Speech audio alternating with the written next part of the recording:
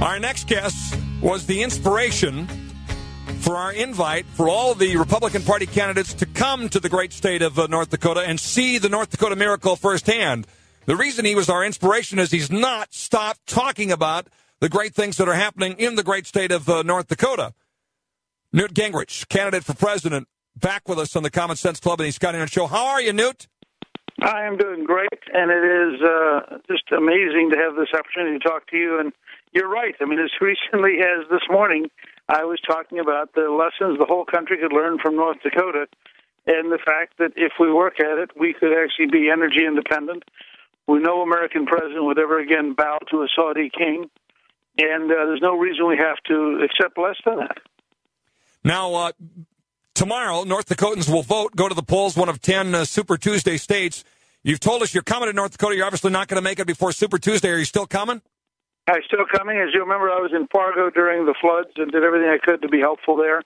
And I want to come out in part. I would actually like to do a national energy address from North Dakota.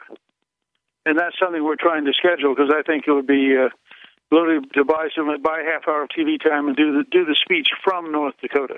All right. That's a great idea because, of course, obviously, as you say, so much is happening right here. The Keystone Pipeline issue. You've got, obviously, the domestic energy production.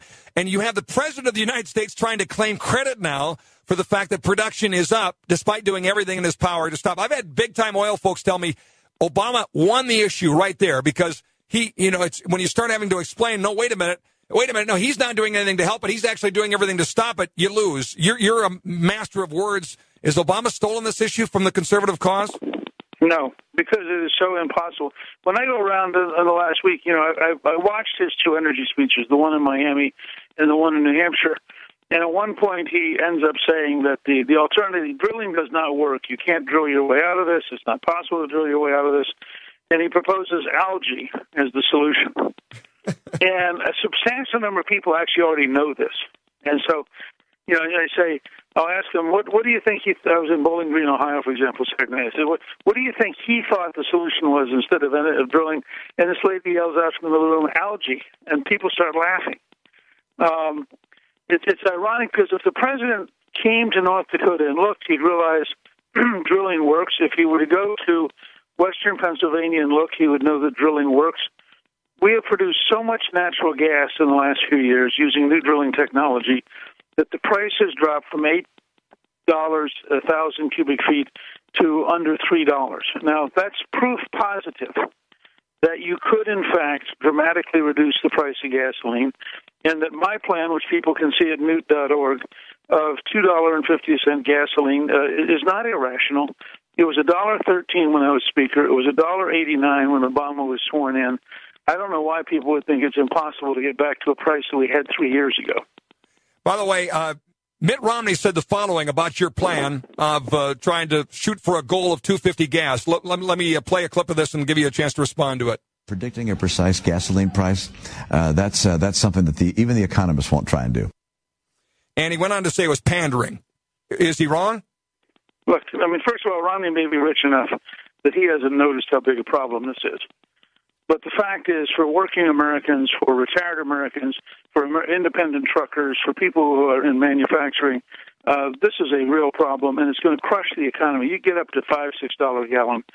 People lose all their discretionary income because it all goes into paying for gas and for diesel. So he and I strongly disagree. I understand that Romney, Romney cares a lot like Obamacare. Maybe the Romney plan on energy is a lot like Obama's. I can't explain it. What I can tell you is that everything we know, I wrote a book in 2008 called Drill Here, Drill Now, Pay Less. You remember you and I you were part of our petition drive. We got 1,600,000 signers that year for drilling in the U.S. Close to that, I made a movie called We Have the Power, which outlines just how much energy there is in America. I'm an optimist. I'm in the Reagan tradition. I'm a visionary. The establishment called Reagan's economic ideas voodoo economics. What Romney calls pandering, I call leadership. I think that we want to have a leader who cares enough about the American people to be responsive to their needs and to understand the pain they're in. And it's unfortunate that Governor Romney, maybe his Wall Street donors don't care about the price of gasoline because they either have chauffeur limousines or they ride the subway. But I think that we have 173,000 donors at Newt.org. 95% of them gave less than $250. Now, those folks, the folks who are backing me, they know the cost of gasoline. They know what it's doing to their family budget. I had a lady in Nevada who walked up to me and she said, I'm now limited to 2 trips a week because I live in a small town in rural Nevada and I can't afford to drive given the current price. So I rationed myself. She said, one of my 2 trips this week is to come to your rally. There's a very humbling moment to think that what it meant to her and that she was willing to put that kind of priority on being involved.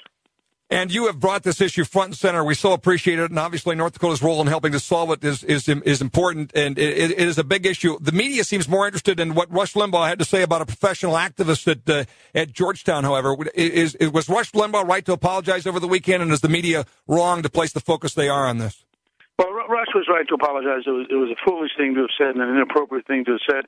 But every time the media brought it up to me, I said, let's talk about apologies. I want to talk about the President of the United States, the Commander-in-Chief, apologizing to religious fanatics while young Americans are being killed.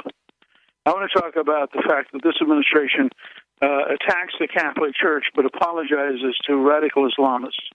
All of a sudden you saw the news guys sort of backing up and backing up and backing up. By the way, Cardinal Timothy Dolan came out over the weekend on this particular issue.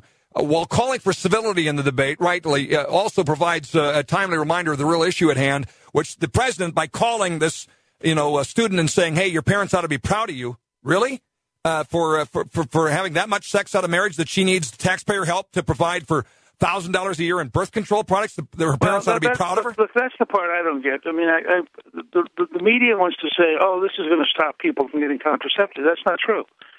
She could have walked within a couple blocks of Georgetown University. There are plenty of places she can go to get contraceptives. I don't know that it's a crisis to say to somebody, gee, maybe you should pay for it. I mean, here's a law school student who's doing well enough to go to Georgetown University, and she's explaining that the rest of us have to subsidize her on everything. And I think it's part of the sort of food stamp mentality that says, somebody somewhere owes me everything. Why aren't you giving it to me now? Really, this is about religious freedom, though, isn't it? I mean, and that's where this. I mean, and of course, that's also why I point out to him that the provision includes sterilization and abortion. I mean, the left would like it to be about women's rights. Well, I don't know that sterilization and abortion being imposed on not just Catholics, by the way, but if you talk to the president of Ohio Christian University, which is a Protestant fundamentalist pro-life institution, he'll tell you that their values are being violated as much as the Catholic Church's values. So anybody who is a profoundly right-to-life person has to feel that they are under attack from the Obama administration, which makes sense because President Obama, as a state senator, voted for infanticide. He voted to protect abortion doctors who killed babies that were still alive after the abortion. And so there's the real issue. You're absolutely right. Only half a minute left, but you talk about giving a national energy address from North Dakota. How about inviting all the candidates back? I know you want more debates. Maybe we ought to debate how we get to $2.50 gas and have all the candidates right here. What do you think of that idea?